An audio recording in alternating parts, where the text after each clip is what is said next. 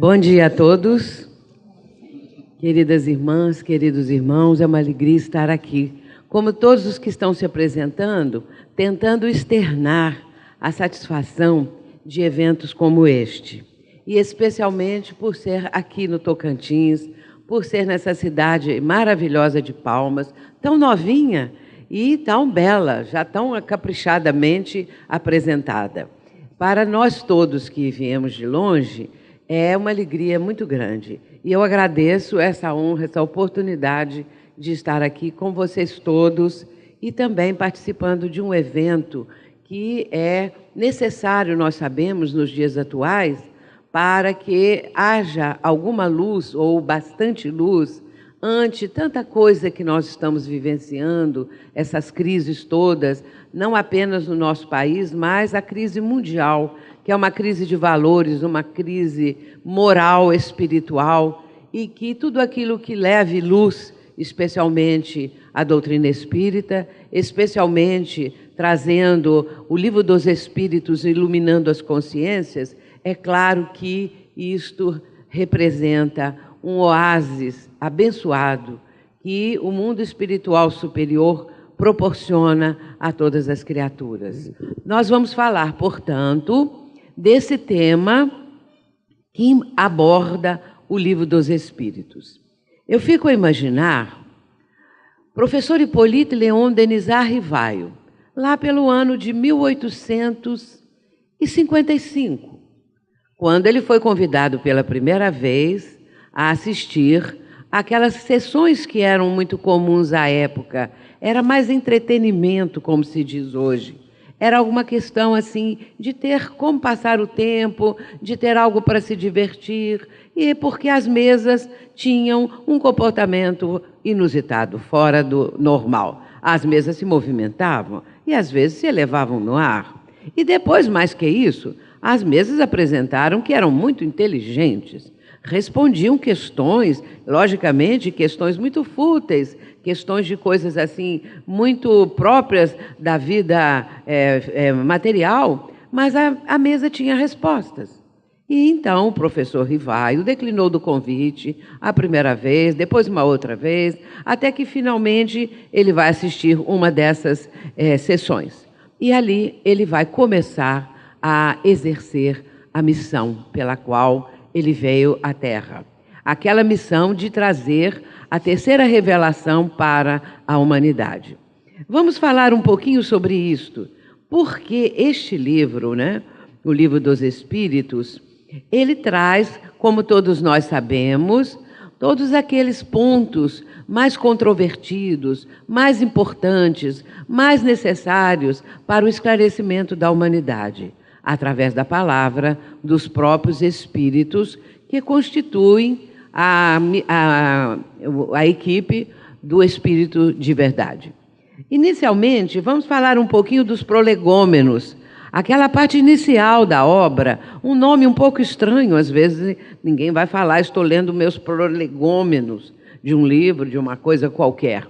Mas nós podemos entender que seria uma introdução, seriam palavras iniciais, e realmente são as palavras iniciais dos Espíritos. O trecho que apresentamos é o momento em que Allan Kardec, explicando, vai dizer: os Espíritos anunciam que chegaram os tempos marcados pela providência para uma manifestação universal, e que, sendo eles os ministros de Deus e os agentes de sua vontade, têm por missão instruir e esclarecer os homens, abrindo uma nova era para a regeneração da humanidade. Ele já está mostrando o motivo pelo qual a codificação estava chegando à Terra, ainda inicialmente com o primeiro livro, e ninguém poderia supor, nem o próprio Rivaio, que teria uma continuidade com obras desdobrando o próprio Livro dos Espíritos. Mas isso vai acontecer porque é a programação que veio especialmente do próprio Mestre Jesus. E também aquela que os Espíritos que constituem a sua equipe, a equipe do Espírito de Verdade, contribuindo para o esclarecimento da humanidade. A época era aquela, mas preparando a regeneração da humanidade, que ainda está em curso essa preparação, conforme nós sabemos. Na sequência, vejamos a respeito do tema que nós propriamente iremos abordar. É a segunda parte do Livro dos Espíritos, que constitui 53% da obra. São 538 perguntas, 119 desdobramentos, integrando 11 capítulos. Essa obra, posteriormente, vai dar origem ao Livro dos Médiuns. Nós temos aqui um cabedal muito grande de ensinamentos. São mais de 500 questões. E aí, ainda imaginando o professor Rivaio compondo o Livro dos Espíritos, fazendo a escolha dos temas, das perguntas, a formulação, posteriormente os desdobramentos. Os desdobramentos são comentários do próprio Kardec, aí já adotando o pseudônimo de Allan Kardec, os próprios comentários dele a respostas dos Espíritos. E isso tudo, englobando, é um vasto campo de ensinamentos. Eu mesma fiquei a me perguntar qual a parte que eu iria abordar, enfocar mais diretamente, porque é tão grandiosa essa parte do mundo dos espíritos que nós ficamos, eu pessoalmente, fiquei assim, cada vez que a gente lê mais fica maravilhada, eu fiquei desse jeito. Porque tudo é importante, tudo é bonito, tudo nos ensina, nos instrui, nos alerta, afinal de contas. E aí acabei escolhendo exatamente essa parte que vai falar um pouquinho sobre mediunidade e também emancipação da alma, essas questões interligadas àquilo que poderia ser, na sequência, depois, na segunda obra, o Livro dos Médiuns, desdobrado pelo próprio mestre Allan Kardec. Vejamos que na introdução do próprio Livro dos Espíritos, aí o mestre Allan Kardec vai colocar a questão das mesas girantes. Isso ele está falando bem no princípio da introdução de O Livro dos Espíritos. Ele vai mencionar a questão das mesas girantes e vai citar que o que muito surpreendia as pessoas é que as respostas da mesa eram muito precisas. Quando estamos falando agora a respeito de respostas da mesa, vamos lembrar que, se no início as mesas se agitavam, se elevavam no ar, posteriormente, aquele grupo de pessoas que assistia às primeiras experiências nesse campo, tiveram ideia, quem sabe, vamos fazer perguntas, e combinaram que sim, seria uma batida com o pezinho da mesa, não, seria 2 batidas. Assim foi feito.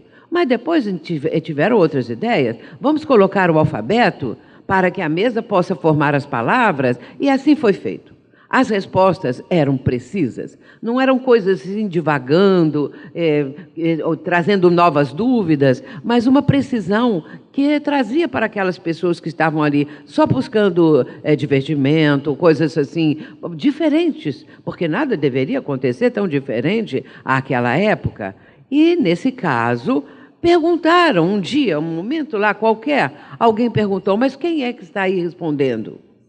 E a mesa escreveu, um espírito ou gênio. Espírito ou gênio. A própria mesa, Kardec depois vai citar isso, que o próprio fenômeno revelou quem era o fenômeno, quem estava produzindo o fenômeno. Um espírito. Porque isso jamais havia passado pela mente de qualquer um dos circunstantes.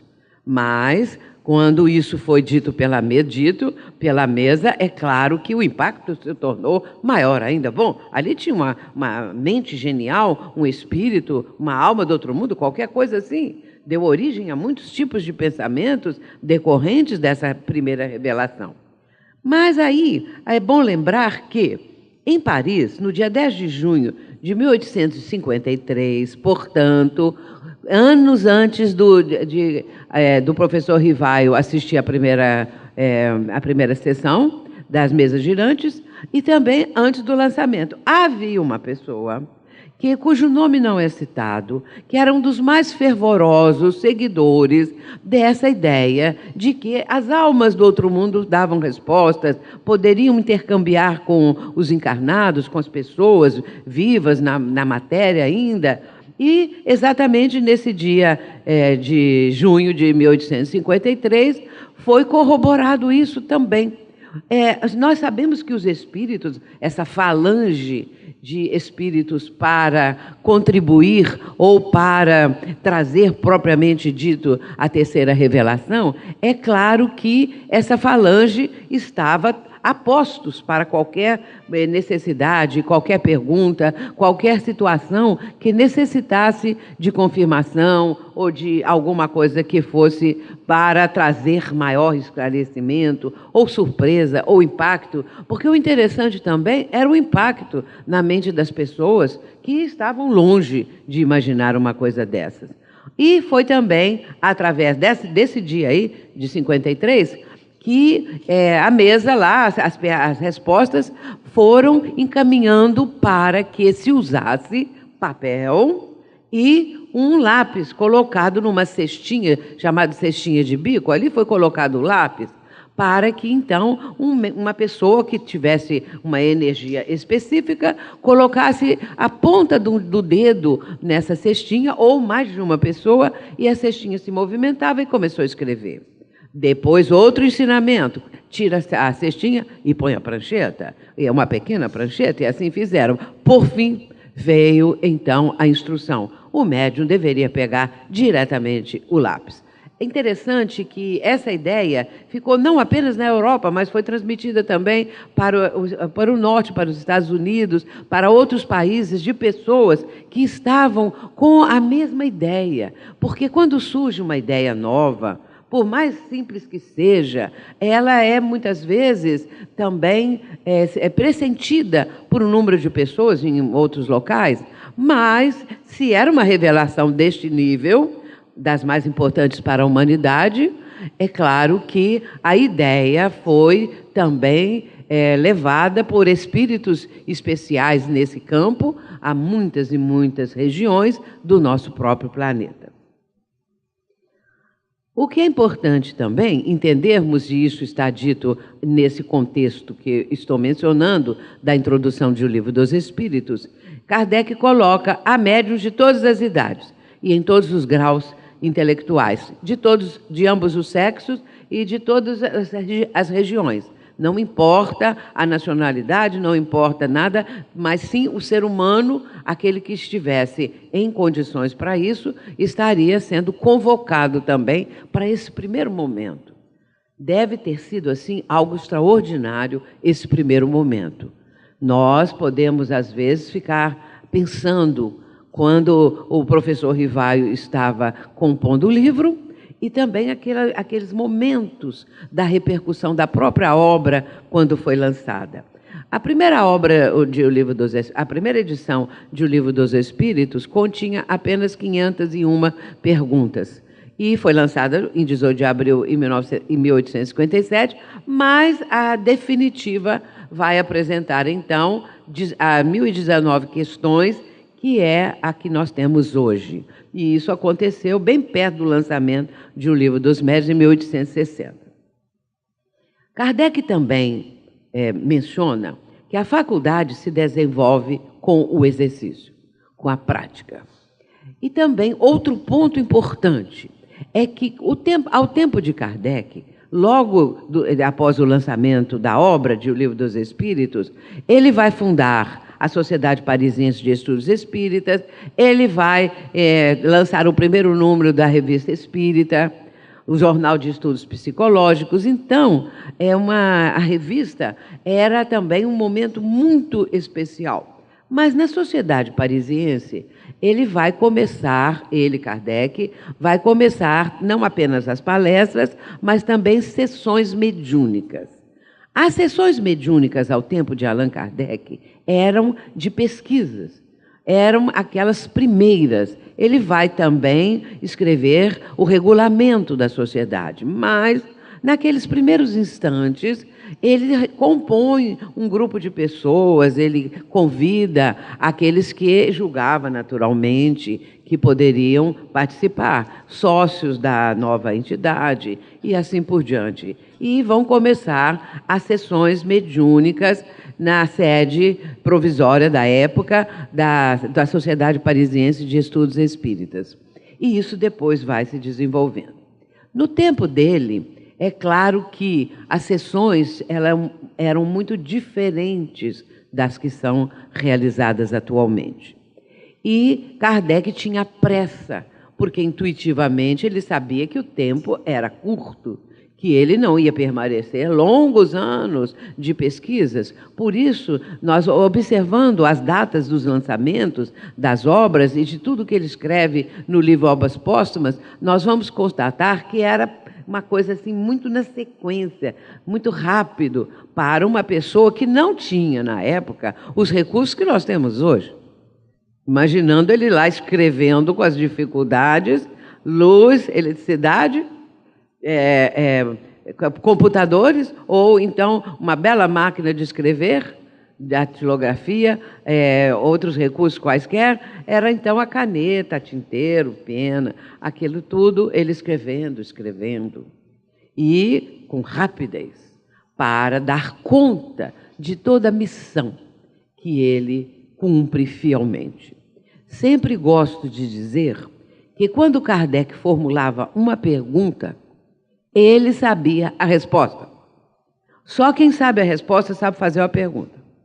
Porque quem tem completo desconhecimento de tudo nem sabe fazer pergunta sobre uma coisa que desconhece totalmente.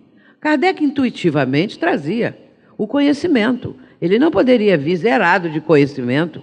Ele tinha conhecimento daquilo tudo. Quando ele pergunta onde está escrita a lei divina, questão 621 do Livro dos Espíritos, que eu considero uma das mais importantes de toda a obra, de toda a codificação, onde está escrita a lei divina?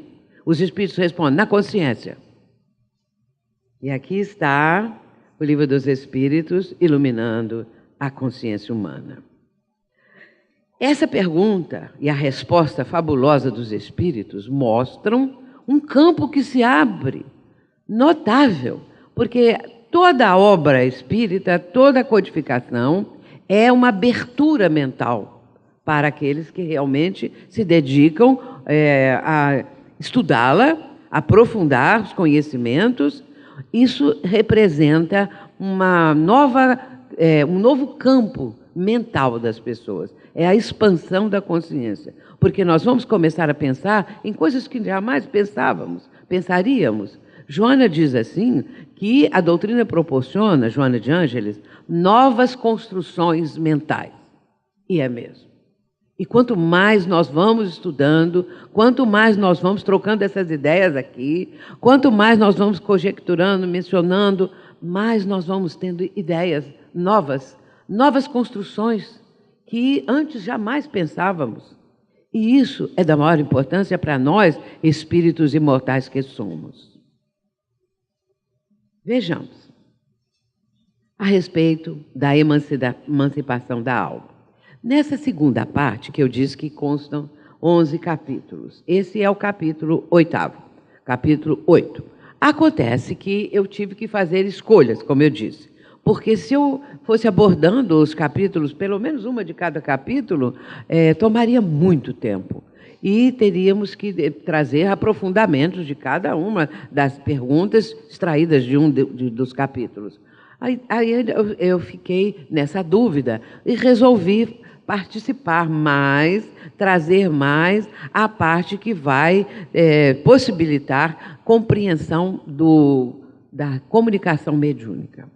Para que haja uma comunicação mediúnica, não basta sentar uma pessoa ali num lugar qualquer, falar assim, vamos concentrar, vamos fazer uma prece, agora pode dar passividade.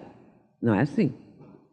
A questão é toda ela muito complexa, mas é tão natural, para a pessoa que apresenta a faculdade mediúnica, ela é tão natural que a pessoa não chega numa reunião mediúnica, nos dias atuais ou nos dias passados, e pensa assim, agora minha alma vai emancipar, agora eu vou entrar em contato com espíritos, agora meu perispírito também vai se ampliar, e a pessoa não fica assim, ela simplesmente concentra e a coisa acontece. A faculdade da emancipação da alma é anímica.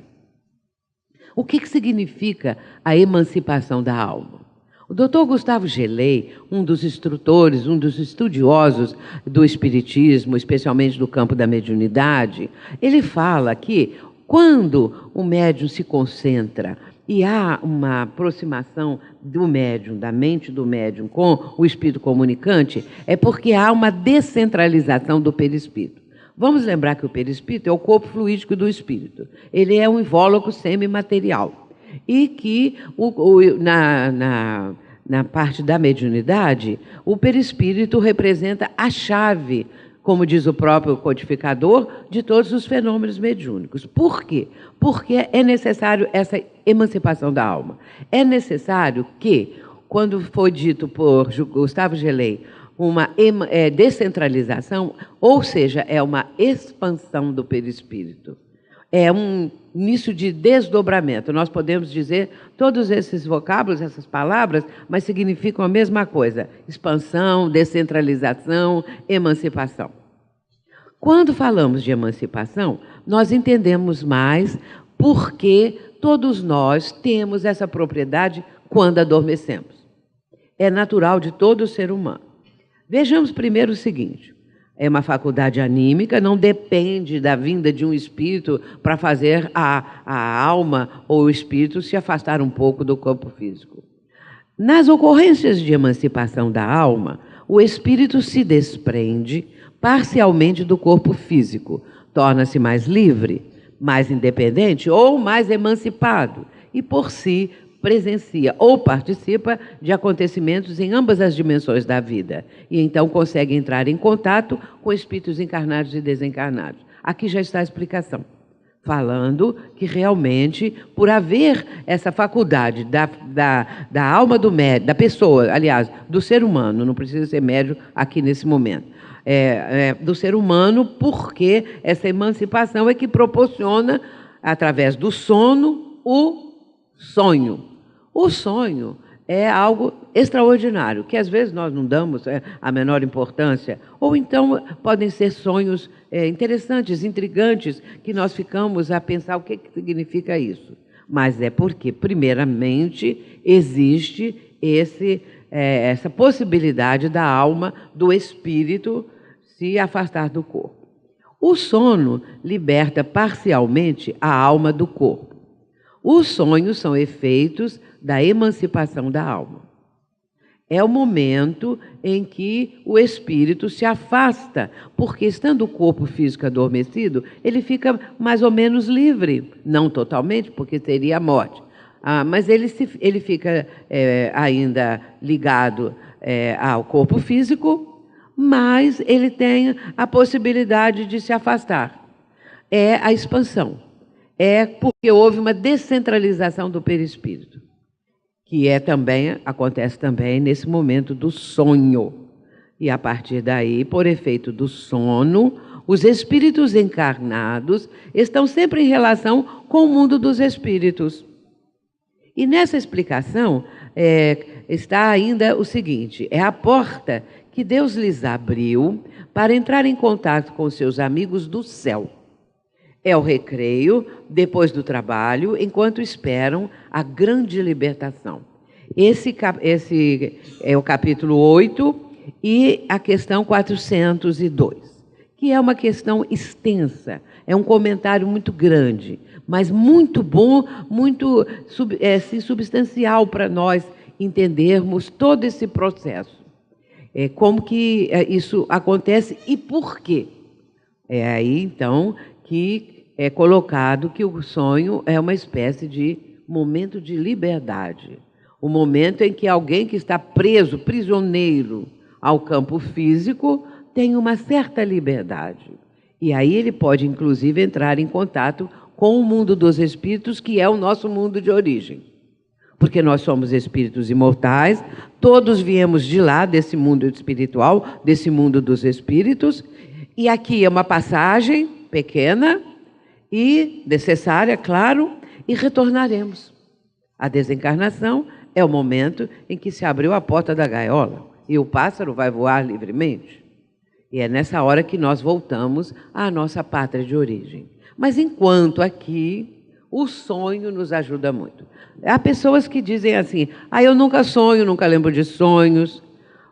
A partir da questão 400, o assunto é tratado com bastante detalhes. E nesse caso, a pessoa não lembra porque aquele encontro, aquele momento, não ficou registrado no cérebro físico. Porque o cérebro físico nem sempre traz os registros completos.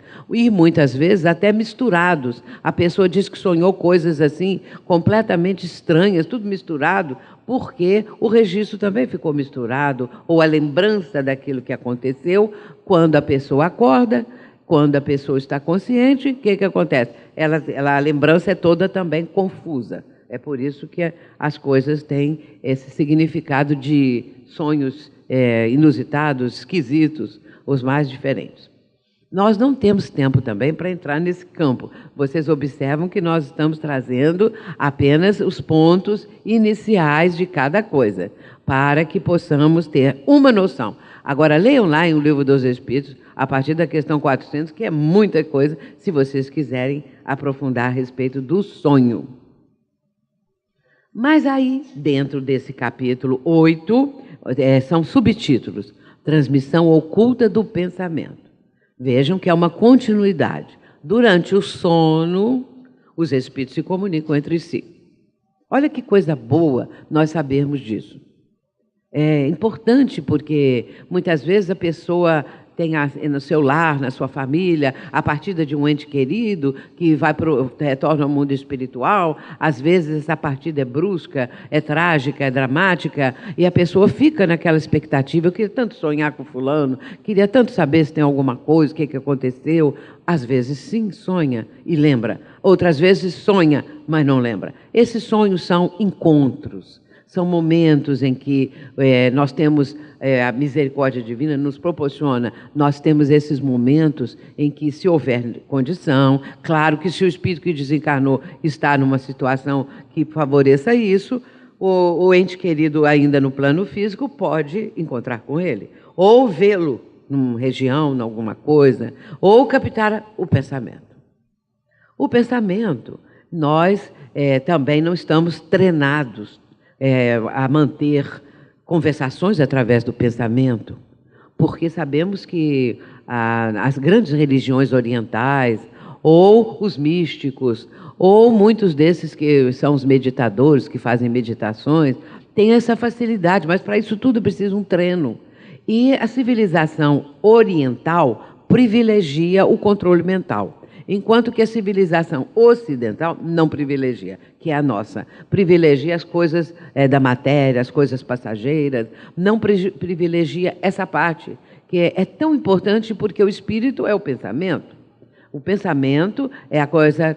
Porque, aí, como está na questão 76 de O Livro dos Espíritos, quando Kardec pergunta o que se pode dizer a respeito dos espíritos. Quem são os espíritos? A resposta, os seres inteligentes da criação. Somos nós, os seres inteligentes da criação. Portanto, os espíritos se comunicam entre si pela linguagem do pensamento. Mas podemos treinar isso, se a pessoa quiser, se interessar. E durante o sono isso é mais fácil, porque liberto do campo físico, do cérebro físico, ali está o espírito, com o seu perispírito, não esquecendo. E capta o pensamento de outro espírito. E aí fica mais fácil. Porque o espírito não se acha encerrado no corpo como numa caixa. Irradia por todos os lados.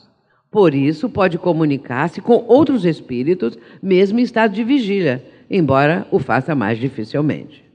E a questão 419, 420. Essa definição aqui é muito interessante, essa explicação.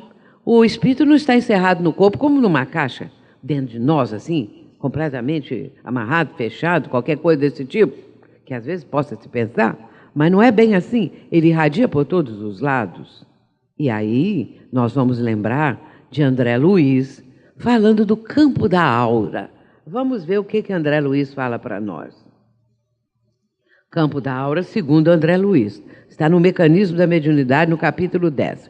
Evidenciam-se essas irradiações até um ponto determinado de condensação, contendo as essências e imagens que lhe configuram os desejos no mundo íntimo, em processo espontâneo de autoexteriorização, ponto esse do qual a sua onda mental se alonga adiante, atuando sobre todos os que com ela se afinem e recolhendo naturalmente a atuação de todos os que lhe são simpáticos. Primeiramente, vamos falar o seguinte, que a nossa mente é como uma estação transmissora e receptora. Tanto transmitimos pensamentos, quanto captamos pensamentos. E captamos muito. Nós captamos muito, mas nós não sabemos o que captamos. Que estamos identificados com ondas mentais de um número incrível de pessoas que pensam como pensamos, ou mais ou menos parecido. E nós aí nos afinizamos, nos sintonizamos, porque entramos na mesma frequência vibratória e assim por diante. Bom, vamos agora ver aqui. Essas irradiações, porque diz ali o texto, o espírito não fica fechado no corpo como numa caixa, irradia-se. Aí vem, essas irradiações, elas têm um ponto determinado de condensação e contêm essências e imagens que lhe configuram da pessoa, os desejos no mundo íntimo, em processo espontâneo de autoexteriorização.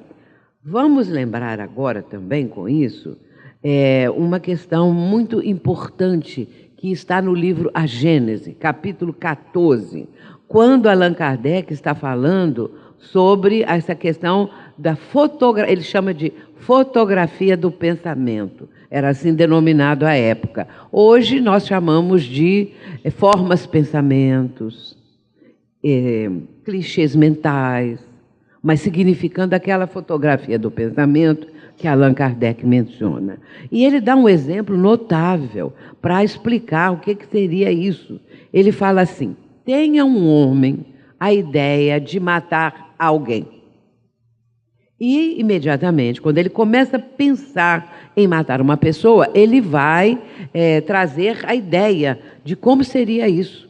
Ele vai mentalizar o ato, o crime que ele vai cometer, a arma que ele vai usar, como ele vai fazer. Então, ele começa a criar o crime com aquela pessoa que está sendo focada. E ele vai mentalizando, pode até consumar o crime na mente, na sua tela mental, mas ele não sai do lugar. Entretanto, na sua aura, tudo o que ele está pensando vai ficando estampado, vai ficando fotografado, vai criando formas, pensamentos. Ainda mais se ele mencionar essa ideia várias vezes, num dia, no outro. Quanto mais ele alimentar a ideia, mais ela se torna firme, uma ideia vigorosa, uma ideia presente. Agora, é o caso de se perguntar, e a pessoa, a vítima, morreu? Não, não morreu, porque isso tudo foi vibração mental, mas pode ser atingida, sim, atingida vibratoriamente. Se for uma criatura que tem uma vida completamente desequilibrada, essa pessoa pode ser alcançada por essa frequência mental também desequilibrada, porque os dois vão se afinar. A vítima tem uma frequência vibratória desequilibrada, totalmente desviada do bem, das coisas corretas, e vai sintonizar com aquele que está emitindo o pensamento do crime. E pode se sentir mal, pode ter consequências, quanto maior e mais vezes for a mentalização da pessoa que quer cometer o crime.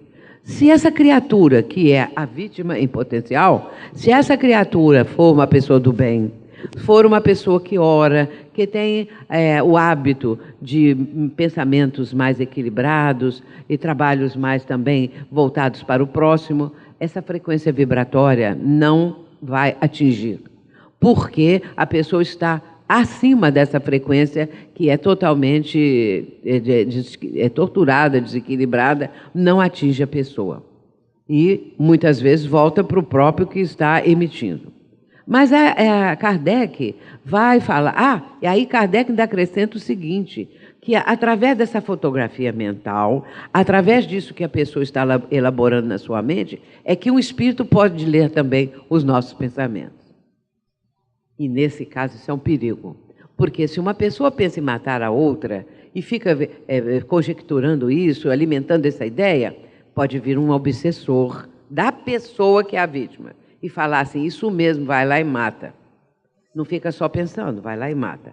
Ou se é um obsessor da pessoa que está emitindo o pensamento, também, para desgraçar a sua vida, pode dizer isso mesmo, mata, acaba com isso tudo, porque está querendo que a pessoa fique depois a ser condenada, a ser levada à prisão, acabar com a vida da pessoa. Então, tanto de um lado quanto de outro, é muito perigoso o fato da pessoa ficar cultivando pensamentos dessa ordem ou de outra ordem qualquer, que sempre traga prejuízo para quem quer que seja. A intervenção dos espíritos no mundo corporal, portanto, já é algo que nós já estamos entendendo. Por tudo isso que acabamos de falar, é claro que há uma intervenção dos espíritos no nosso mundo físico, no nosso mundo de encarnados, na nossa vida. E nós sabemos disso, mas é interessante olhar e ficar com isso presente, relacionado com a obra máxima da doutrina, a obra que é a base da doutrina. Então, já Kardec já havia colocado que há uma intervenção. E esse momento, ou essa continuidade da intervenção, pode afetar muito a vida das pessoas. Aqui, no caso, mencionando, se forem espíritos malfazejos. Espíritos bons vão intervir também, porém, aí nos trazem benefício, nos fazem bem. Aí Kardec começa assim, aliás, os espíritos respondendo a Kardec, vossa alma é um espírito que pensa. Eu acho fantástico falar isso. Nós pensamos, e nós somos seres pensantes. Os espíritos são seres inteligentes da criação. E, às vezes, a gente pensa assim, o fluxo dos pensamentos não cessa. Nós estamos sempre pensando. É difícil esvaziar a mente. Os meditadores, esses que fazem essas meditações, muitas vezes eles ensinam, preciso esvaziar a mente. Agora, nós vamos esvaziar a mente como? Se a nossa mente está cheia dessas coisas que a TV, a mídia apresenta para nós. Aí você quer esvaziar a mente, mas vem logo o quê? Vem logo essas coisas que estão aí tramando nos altos cargos das autoridades do nosso país, as tramóias, essas coisas. Aí vem os problemas da vida, vem uma série de coisas que vão acontecendo. Aí eu quero esvaziar a mente, mas aí não consigo. E a novela que eu ouvi, e o filme que eu assisti, e o filme de terror, e as cenas escabrosas que foram transmitidas, e os crimes hediondos. De repente vem isso tudo na sua mente. Ou então pessoas amorosas, pessoas que gostamos. É difícil esvaziar a mente, você esvazia de uma coisa, mas o outro lado, mental, ainda está sobrecarregado de ideias. Mas aí é um treino. E eles vão conseguir, os meditadores, aqueles que nos ensinam isso, eles conseguem e estão tentando nos ensinar. Numa reunião mediúnica, por exemplo, como é difícil concentrar. Uma das coisas mais difíceis na reunião mediúnica é a homogeneidade de pensamentos, como Kardec, quando define o que é uma reunião mediúnica. Então, uma reunião ser coletivo, é a questão 331 do Livro dos Médiuns. A reunião ser coletivo, cujas qualidades e propriedades são resultantes das de seus membros, e deve formar como que um feixe. Ora, esse feixe tanto mais força terá, quanto mais homogêneo for. Porém, o feixe não é homogêneo. Cada um pensa de um jeito. Alguns têm mais facilidade, outros têm dificuldade. E, de repente, a pessoa está pensando, por exemplo, no objetivo da reunião, em Jesus, em orar, o objetivo do bem, do amor, de ajudar a quem precisa. E aí vem um pensamento inconveniente, vem um pensamento inoportuno. E a pessoa pode até assustar, porque os benfeitores estão ali e vão ver o pensamento, vão captar, vão ficar sabendo. E aí a pessoa fica querendo eliminar aquele pensamento. Existem técnicas para isso. Esses pensamentos que assomam, de repente, nos locais e nas horas que não são convenientes, em que a pessoa quer manter um pensamento em padrão mais elevado, isso acontece porque nós temos, vamos dizer assim, um depósito, entre aspas, do nosso passado, que não se consegue eliminar de repente. Se nós, no nosso passado, cultivamos em muitas outras existências, crimes, pensamentos negativos, se cometemos atitudes de conduta, comportamento totalmente desequilibrado, desviado dos princípios do Mestre, de Jesus, de Deus, qualquer coisa assim, é claro que esses pensamentos eles estão em nós, é o nosso depósito, é a nossa bagagem. É a nossa bagagem. No meio dessa bagagem pode haver também coisas boas, claro, mas essa parte, ela costuma ser assim mais forte, mais presente, mais pesada, porque é um padrão vibratório muito abaixo. E esse pensamento vem como um relâmpago na mente da criatura que está na reunião mediúnica. Pronto, e aí? Faz o quê? Não é tentar eliminar o pensamento, é substituir calmamente. Isso diz livros de treinamento mental que eu mesma tenho procurado entender, ler e tudo mais. Você vai tentar substituir pelo objetivo do trabalho que você está fazendo, para que você possa educar a sua mente. Nós não temos que fugir desse pensamento, nem ficar horrorizado, porque ele faz parte, é um depósito que existe dentro de nós. É o nosso subconsciente, como diz André Luiz no livro No Mundo Maior, Calderaro, que é o espírito que está ensinando sobre a mente. É um capítulo maravilhoso e um livro fantástico. Bem, nesse caso, esse pensamento tem que ser substituído por outro, mas é mais difícil. Enfim, a pessoa acaba conseguindo, porque ela vai treinando, ela vai fazendo o propósito do bem, essa coisa toda. Mas é preciso que ela repita esse treinamento, que ela entenda esse processo, que isso acontece realmente. Esse pensamento, vamos dizer assim, é como se nossa mente seria, no nível consciente, um lago. Mas esse lago, ele tem um depósito no fundo. E, em dado momento, esse depósito, que são os pensamentos, um deles pode assomar ao nível da consciência, como uma bolha que vem lá de baixo. E aí, então, ela chega ao nível consciente. Mas ela precisa espocar, ela precisa ser anulada, desaparecer. E aí nós começamos a entender a dificuldade, não é? Porque os espíritos influem em nossos pensamentos, muito mais do que imaginamos. Imaginem vocês, imaginemos todos nós.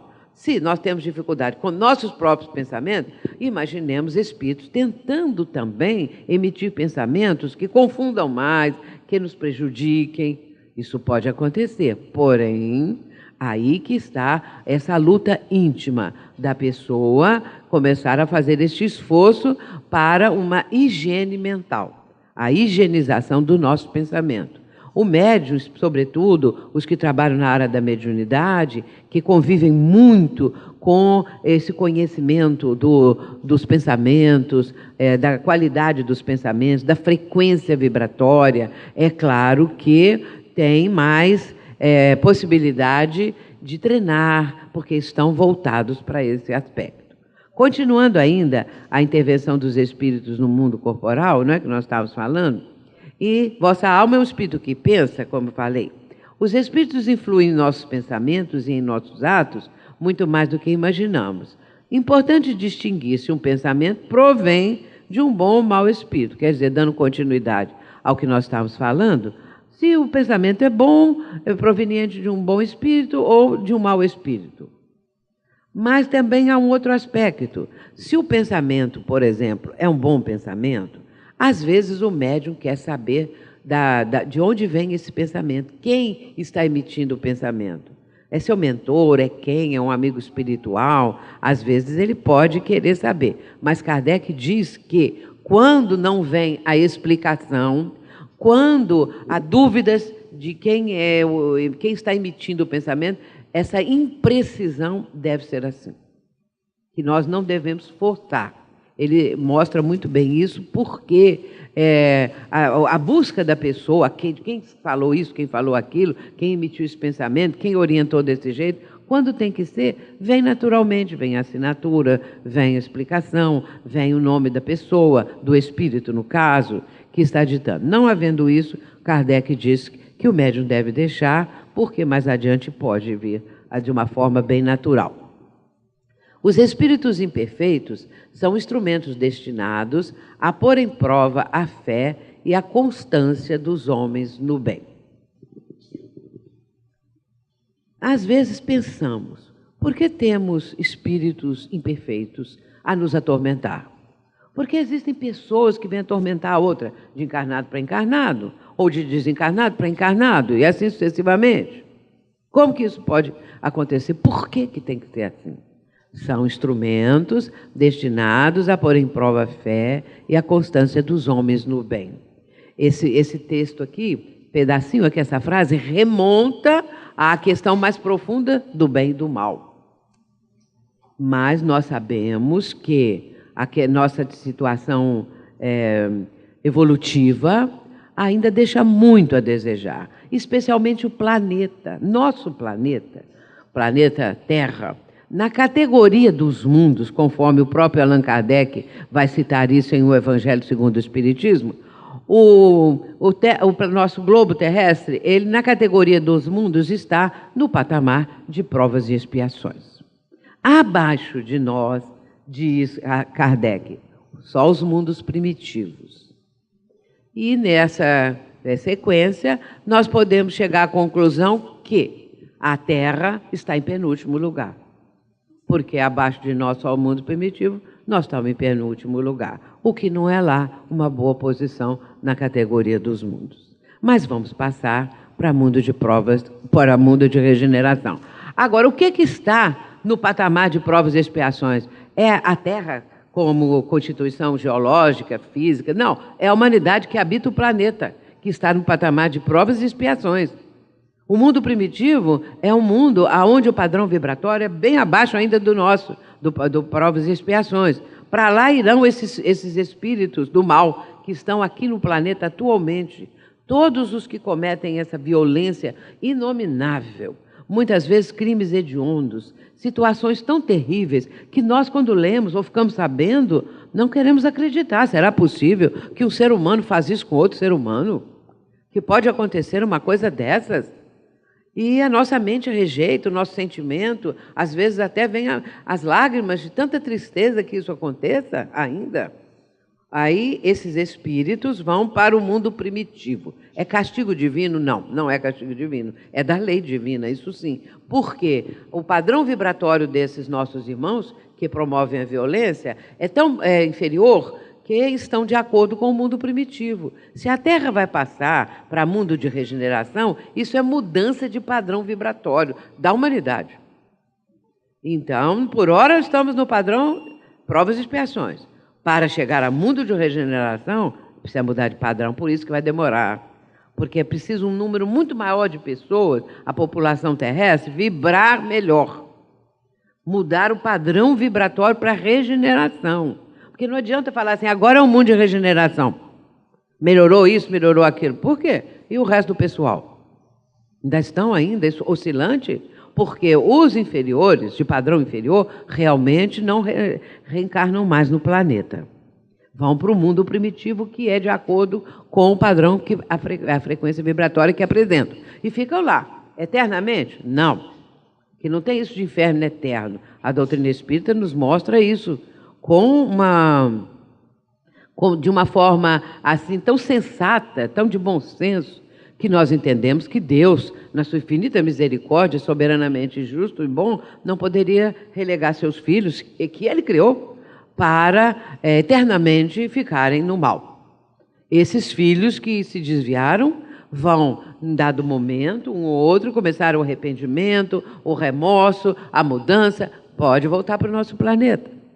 E assim sucessivamente. Mas, por hora, vão por atração vibratória para esse planeta primitivo. E o mundo de regeneração, Jesus disse, bem-aventurados os mansos, os pacíficos, porque herdarão a terra, esses vão ficar na terra. Os bons, os propensos ao bem, os pacíficos, vão ficar na terra, porque mudaram o padrão vibratório. E hoje em dia a gente pensa, mas como que o povo todo vai mudar? Ou uma grande parte do padrão vibratório? A dor campeia para todo lado. Quando nós vemos as imagens que a mídia divulga, que vemos na TV, aqueles homens-bomba que quando explodem estraçalham as outras pessoas, e aí vem os pais, vem as mães, vem parentes, vem entes queridos, e com aquela expressão de dor no rosto, de dor, de uma coisa impressionante que faz a gente chorar, de ver aquilo que é uma coisa terrível. Essas pessoas querem paz. Essas pessoas, um grande número, começam a querer paz, começam a querer mudar, começam a querer ter uma outra consciência das coisas. E aí, meus irmãos, nós vamos subir de nível. Vamos passar para um mundo de regeneração. A Terra vai mudar tanto assim? Vai continuar a mesma. Embora que pontos, hoje em dia, ainda que trazem muitos problemas de ordem geológica, né? Os tsunamis, os terremotos, essas coisas todas podem ir abrandando, o homem pode conseguir vencer isto, como já drenou pântanos e tudo mais. E aí, o ser humano vai ter uma vida melhor no mundo de regeneração. Agora, nesse mesmo, porque esse trecho aqui, essa última frase, está na questão 466, que está aí entre parênteses. Essa questão 466 é quando Allan Kardec está perguntando exatamente sobre essa intervenção dos espíritos, a presença. Aí há um momento em que o espírito que está respondendo a Kardec vai se dirigir a ele. Mas quando se dirige a ele, o leitor, quem está lendo, se dirigiu também ao leitor. Tu, sendo espírito, deves progredir na ciência do infinito, e por isso passas pelas provas do mal para chegares ao bem. E aí eu fiquei encantada com essa expressão, ciência do infinito. Fiquei pensando, tem uma ciência do infinito. E se nós somos imortais, nós vamos ter a imortalidade para aprender a ciência do infinito, que também não vai acabar nunca. Então, quando a gente fica pensando isso, o pensamento vai para longe. São as expansões do pensamento, são as novas construções mentais que Joana de Ângeles menciona. Quando é que nós podíamos pensar que existe uma ciência do infinito? Mas aí, de tanto ler para lá e para cá o Livro dos Espíritos, eu me volto muitas vezes para a introdução. E numa dessas voltas, eu encontro lá, na introdução 13, Kardec está falando o seguinte, que para se formar um médico comum, é preciso quase a vida toda de estudo desse médico. Para se formar um sábio, é preciso a vida toda e muito mais. Mas para chegar à ciência do infinito, não há tempo marcado. Olha que coisa linda. Então, eu notei o seguinte, que se o Espírito respondeu para Kardec, colocando ciência do infinito, quando ele foi escrever a introdução, porque é o seguinte, o escritor geralmente escreve a introdução no fim. Ou ele faz um esboço da introdução e depois ele vai melhorando, acrescentando, diminuindo, tirando. É assim que acontece. Kardec, ao colocar depois a introdução, ele lembrou da ciência do infinito, que os espíritos ensinaram ele na questão 466, e aí escreveu sobre a ciência do infinito. E nós estamos ainda tão, vamos dizer, numa situação de tanta necessidade espiritual, que ainda não temos noção do que é a ciência do infinito. Mas podemos agora ter uma ideia, porque já sabemos que existe um compêndio infinito, como a ciência, que nunca vai acabar. E os espíritos que colaboram com Deus, os co-criadores, como diz lá Evolução dos Mundos, o André Luiz, esses co-criadores são os ministros de Deus e executam as suas ordens. E eles criam, Deus cria os mundos, as estrelas, mas eles é que vão co-criar, como Jesus fez com o nosso planeta. Jesus é um co-criador. Podemos dizer que é um dos ministros de Deus, porque, segundo Joana, não foi só a terra que Jesus teve como, vamos dizer, trabalho, mas também a nossa própria galáxia. Aliás, ela fala que é a Via Láctea, os mundos todos que consistem a Via Láctea. E então, Jesus é um ministro de Deus, porque ele também é um espírito que trabalha segundo as ordens do próprio Pai. Isso é dessa ciência. Isso é uma coisa, assim, maravilhosa. Aí eu digo assim para todo mundo quando eu falo isso, vamos fazer bastante coisa, vamos fazer o máximo que puder, porque de existência em existência, um dia nós chegamos lá. Um dia nós vamos cuidar de uma galáxia, quem sabe? Quem sabe nós vamos ajudar uma estrela, alguma coisa desse tipo. E aí nós vamos nos encontrar, viu, gente? Vamos, nem que seja de passagem, para dar um adeuzinho. Mas é bom porque nós somos uma família universal, não é? Nós somos cidadãos do universo. E isso é algo, assim, extraordinário. A afeição dos espíritos por certas pessoas. Tudo isso é muito bom, muito bonito. Porque sabemos também que nossos entes queridos, ou aqueles que nem conhecemos nessa atual encarnação, estão no mundo espiritual e têm afeição por nós. Nós não sabemos quantos são, quem são, quais são, nós não sabemos, mas sabemos que existem. E isso é, assim, maravilhoso. Os bons espíritos simpatizam com os homens de bem. Sentem-se felizes com as vossas alegrias e afligem-se com os vossos males. Entre estes, o vosso egoísmo e a dureza dos vossos corações. Entre os males que apresentamos, o egoísmo e essa dureza, essa frieza de coração que ressaltam como mal, cada um deles, né, um mal bastante grave. Os espíritos se afligem mais pelas causas morais, que nos distanciam deles, do que nossos males físicos, que são apenas passageiros. E aí me fez lembrar esse trecho aqui, os espíritos se afligem mais pelas causas morais que nos distanciam deles, de que nossos males físicos, claro, porque as causas morais afastam o espírito, aquele ente querido que já está num plano melhor. E se nós estamos sofrendo um problema físico, não é grave quando é um problema de ordem moral, que faz a pessoa decair no plano espiritual. E me lembrei, lendo isso, do caso de Matilde e Gregório. Esse caso está no livro Libertação, de André Luiz.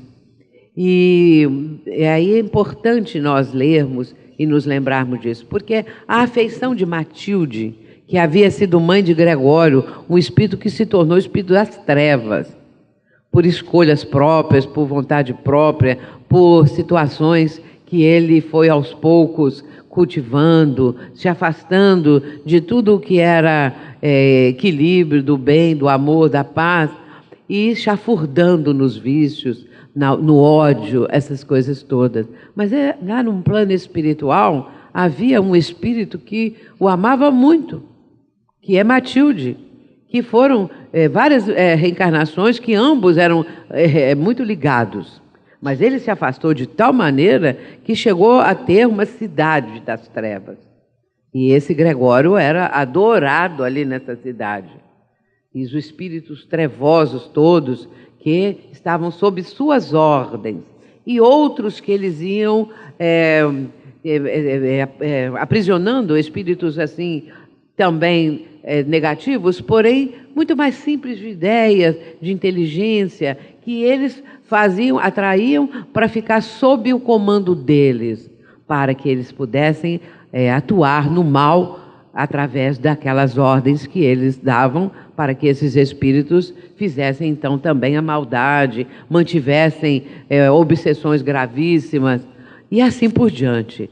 E Gregório estava lá, né, na região dele, que era das trevas. E André Luiz vai em companhia de Gúbio, que era o mentor espiritual dessa obra. Cada obra de André Luiz tem um mentor espiritual, e nesse é Gúbio. E estava André Luiz com outro companheiro, e foram para a cidade de Gregório. Por quê? Por interferência de Matilde, esse espírito tão evoluído, eles foram, esses três, encaminhados para ajudar uma mulher chamada Margarida, que estava sofrendo um processo obsessivo sob o comando de Gregório. Que Gregório queria se vingar de Margarina, Margarina encarnada. E com isso ele colocou lá espíritos obsessores que ficavam na casa de Margarida para dominá-la mentalmente.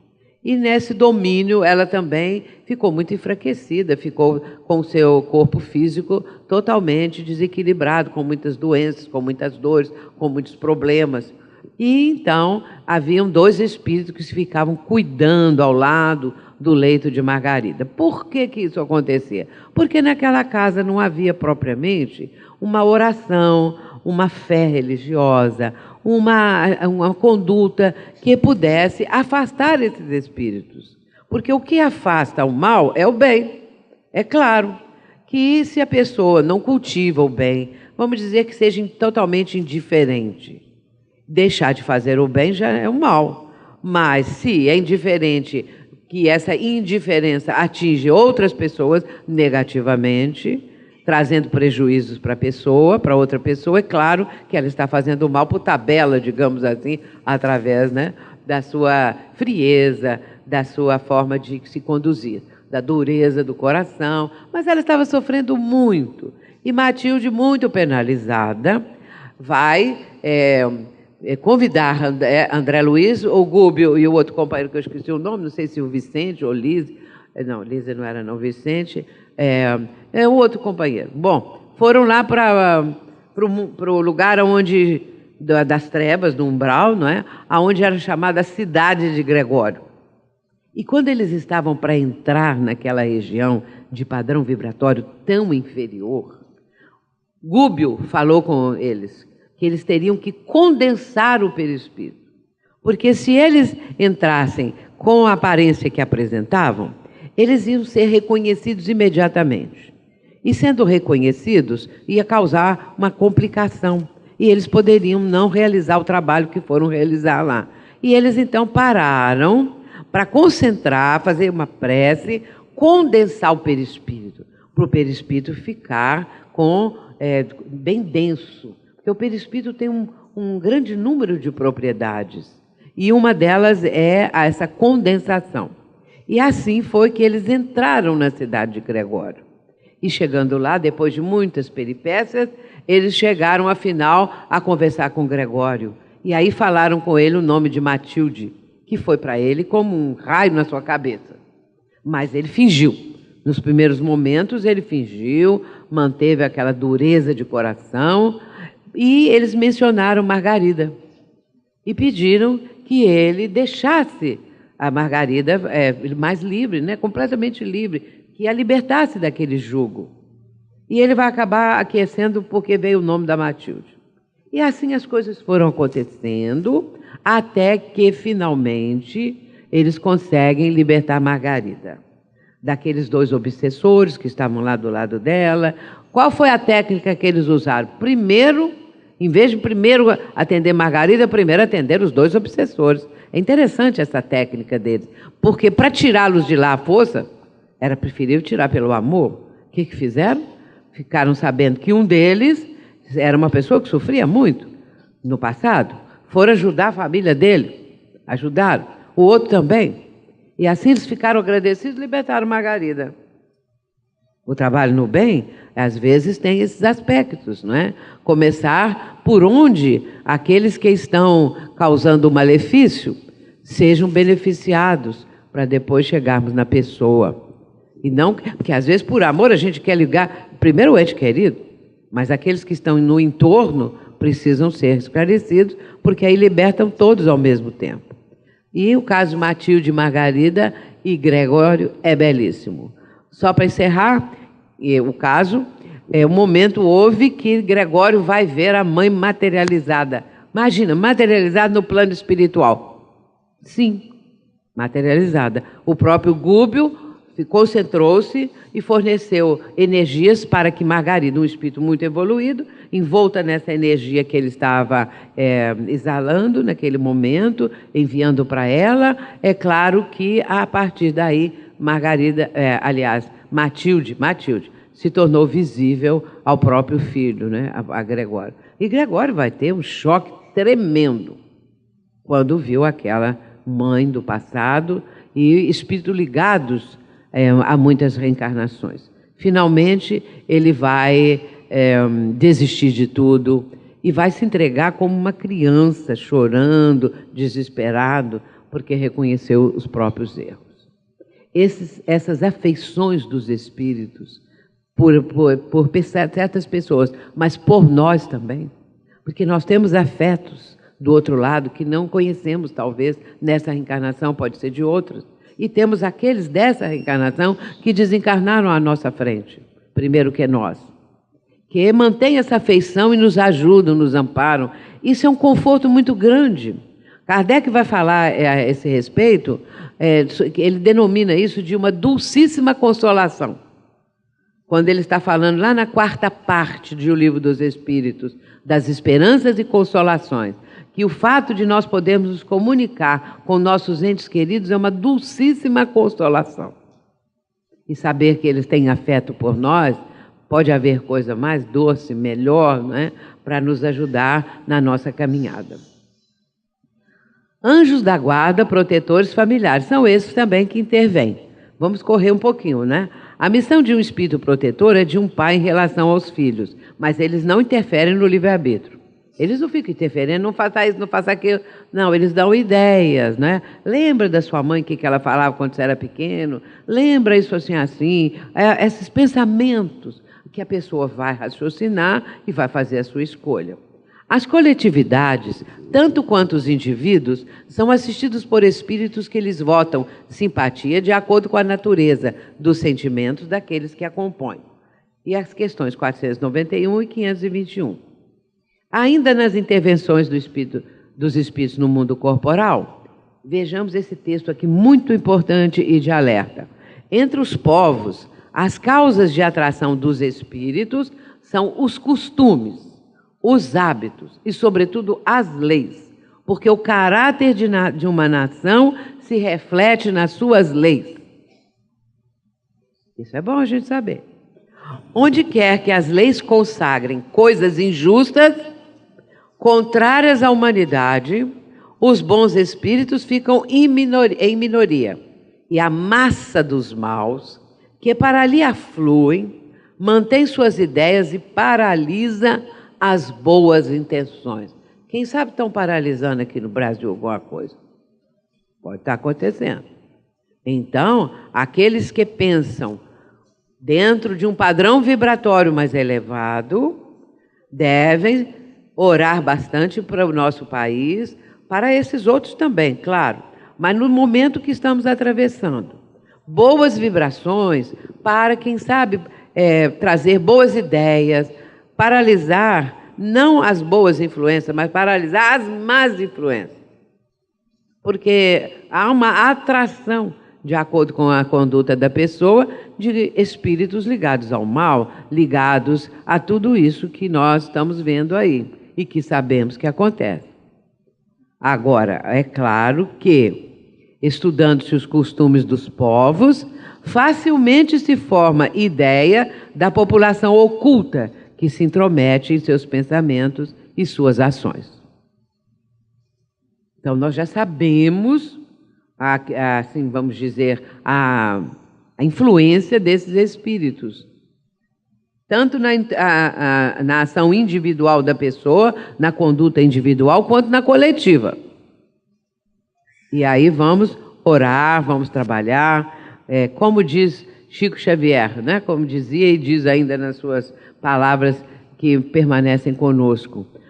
Todo o bem que você faz é seu advogado em qualquer parte, em toda parte.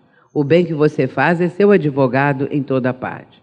Fazer o bem é, então, aquele que nos vai proporcionar benefícios. E aí todo mundo, dentro desse mesmo propósito, vai ser uma ajuda muito grande. Ação dos espíritos sobre os fenômenos da natureza. Esse ponto eu acho muito interessante também, porque existem muitas dúvidas. E vejamos assim, os espíritos que se ensaiam para a vida, antes que tenham plena consciência dos seus atos e de seu livre-arbítrio, atuam em certos fenômenos, dos quais são agentes. Executam nos primeiros momentos e mais tarde comandarão e dirigirão. Essa é a trajetória do espírito imortal. E aqui vem essa frase fantástica. É assim que tudo serve. Tudo se encadeia na natureza, desde o átomo primitivo até o arcanjo, que também começou pelo átomo. Admirável lei de harmonia, da qual vosso espírito limitado ainda não pôde abranger o conjunto. Tudo serve, tudo se encadeia na natureza, porque é preciso entendermos que tudo o que fazemos influencia, e tudo que recebemos do universo vem até nós nos influenciando. Essas ideias que estão cada vez mais se ampliando, que especialmente porque os bons espíritos, esses que orientam a expansão da doutrina espírita no mundo, esses espíritos vão trazendo ideias para o movimento espírita, para que possamos ampliar a nossa área de divulgação, a nossa área de ensinamentos, de pensamentos, aprofundando, ampliando. E aí nós vamos lembrar que Emmanuel, no capítulo 30 do livro Fonte Viva, que é para mim um dos melhores, um dos mais importantes mensagens de Emmanuel no conjunto todo do trabalho de Emmanuel, de todas as obras. É a questão 30, tem o título de Educa. E Emmanuel escreve: o Espírito traz em si o gene da divindade. Deus está em nós, tanto quanto nós estamos em Deus. Só isso aí, meus irmãos, já dá para abalar qualquer coisa. Dá para abalar tudo. Porque nós trazemos em nós, cada um, os filhos de Deus, o gene do Criador. E Deus, o Criador, está em nós, tanto quanto nós estamos nele. Isso não é pouca coisa, não. Isso é muita coisa. Para pensar muito, para pensar muito. E esse capítulo é qualquer coisa de notável. E a frase final, Emmanuel coloca assim: educa e transformarás a irracionalidade em inteligência, a inteligência em humanidade e a humanidade em angelitude. Educa e conseguirás instalar o paraíso na terra. Olha bem que coisa maravilhosa. E se nós estamos em Deus, quanto Deus está em nós, isso nos remete a um poeta indiano de 500 anos atrás. Ele escreveu assim: todo mundo sabe que uma gota está contida no oceano, mas o que quase ninguém sabe é que o oceano está contido na gota. Meus irmãos, nós somos a gota, o oceano é Deus. Então, como a gota está contida no oceano e o oceano está contido na gota, Deus está em nós, tanto quanto nós estamos em Deus. Chegar a essa conclusão, eu creio que abre as comportas mentais e nos faz entender o quanto nós temos de responsabilidade sabendo isso. Porque do lado de lá, quando chegarmos, nós não vamos poder dizer assim: eu não sabia. Porque eu sabia, eu estou sabendo, eu fiquei sabendo. E isso que a doutrina nos traz e nos ajuda. Agora estamos caminhando para o nosso final. Ocupação e missões dos espíritos, que está no capítulo 10. Os espíritos concorrem para a harmonia do universo, executando as vontades de Deus, de quem são ministros. A vida espiritual é uma ocupação contínua, mas nada tem de penosa, porque não existe fadiga corporal, nem as angústias das necessidades. É essa vida da onde nós viemos para onde iremos de volta. Que nós vamos começar agora a saber os detalhes dessa vida. Lembrando, porque isso já está em nós, se viemos de lá, já sabemos intuitivamente, mas agora é bom lembrar. Outro dia uma pessoa falou assim comigo, mas agora que eu estou na doutrina, que eu resolvi ler melhor o Livro dos Espíritos, depois que eu fui assistir Nosso Lar, que eu fiquei sabendo que tem trabalho no mundo espiritual, não gostei não queria que tivesse trabalho não. Aí eu falei com a pessoa, você queria ficar numa nuvem tocando harpa? Acha que seria melhor? Por isso que tem gente que fala assim, o céu é uma coisa muito monótona, o inferno é mais divertido. Então a pessoa já traz essa ideia assim, não é? Então essa criatura falou isso comigo. Que coisa, né? Ter trabalho no mundo espiritual, achando que não ia ter nada, uma aposentadoria é para o resto da eternidade, né?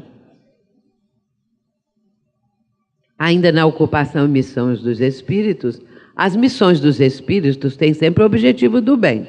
Eles estão incumbidos de auxiliar o progresso da humanidade, dos povos, dos indivíduos. Outros desempenham missões mais restritas, pessoais, de assistir os enfermos, agonizantes, os aflitos, velar por aqueles de quem se fizeram guias e protetores e inspiram bons pensamentos. As missões estão aí. E nós sentimos isso, porque os benfeitores, eles muitas vezes estão fazendo esse trabalho aqui que está mencionado. Muitas vezes falamos, logo a pessoa tem uma doença, tem um problema, Dr. Bezerra de Menezes é o primeiro. E depois outros, não é? Mas essa parte aí, Dr. Bezerra de Menezes dirige, né? Lidera. Eu falo que é um benfeitor, não é? Que todos amam, tem uma universalidade de amor em relação a Dr. Bezerra. E não que os outros são preteridos, mas é que dele, porque ele está aí junto a nós, não é? Para ouvir os lamentos, como diz uma melodia que fizeram aí para Bezerra de Menezes há alguns anos atrás, né? Que ele está junto a nós, ouvindo o pranto, curando o pranto dos pobrezinhos e assim por diante. Então, logo vem esse pensamento.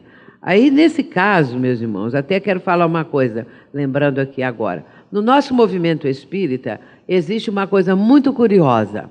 Existe mais ou menos aí uns 20 ou 25 espíritos de alto nível espiritual que são top de linha. Isso é o que fala assim.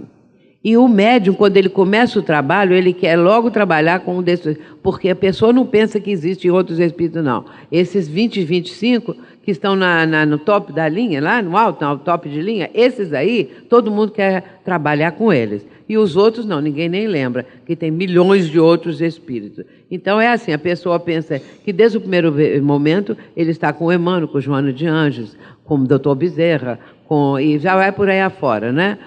Amélia Rodrigues, e vai por aí. Agora, ninguém procura saber, na verdade, qual é o mentor com o qual está trabalhando, da sua região, da sua condição espiritual, essa coisa toda, que te ama tanto, que ama tanto a pessoa, quanto esses outros que nós veneramos muitas vezes, né? No meio espírita, veneramos esses espíritos benfeitores para os quais nós estamos sempre pedindo, sempre lembrando deles. Mas eles têm equipes fabulosas, imensas, não é? Que atendem. Muitas vezes que a pessoa que é doutor Bezerra é no almoço, no jantar, toda hora. Mas ele tem a equipe dele, não é? Então, o bom pensamento nosso em relação aos benfeitores é positivo, claro, é benéfico, mas também procurar, se quisermos conhecer realmente quem está do nosso lado, captar isso, lembrar dos espíritos da região, que é onde a pessoa trabalha, e outros mais. O espírito se adianta segundo a maneira pela qual desempenha a sua tarefa. São Vicente de Paula, ele nos ensina o seguinte: amai-vos uns aos outros, eis toda a lei divina, mediante a qual Deus governa os mundos. O amor é a lei de atração para os seres vivos e organizados. A atração é a lei de amor para a matéria inorgânica. Questão 888, letra A do Livro dos Espíritos. Olha bem que frase fantástica. O amor é a lei de atração para os seres vivos e organizados. A atração é a lei de amor para a matéria inorgânica. Que coisa grandiosa quando nós entendemos isso. Nós somos seres vivos e organizados, e muitos outros, espécies. Então, amor é a lei de atração. Mas, para a matéria inorgânica, a atração expressa a lei de amor do Pai em relação a todo o universo. E, para terminar, uma palavra de Santo Agostinho. O progresso da humanidade tem seu princípio na aplicação da lei de justiça, de amor e caridade. Essa lei é fundamentada na certeza do futuro. Tirai essa certeza e lhe tirareis sua pedra fundamental. Dessa lei derivam todas as outras, porque ela encerra todas as condições da felicidade do homem. Isso está na conclusão 4 de O Livro dos Espíritos.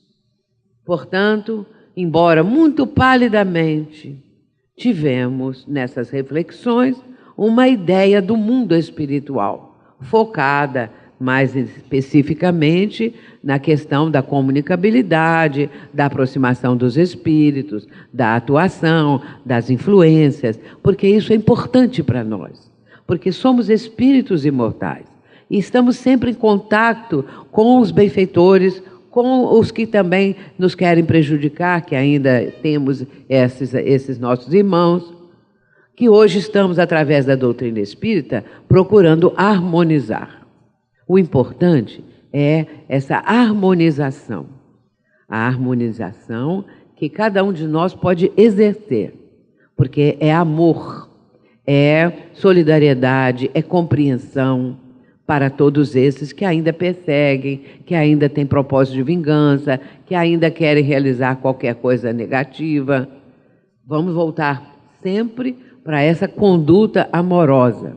Meus irmãos, muito obrigada, que Jesus nos abençoe, muita paz.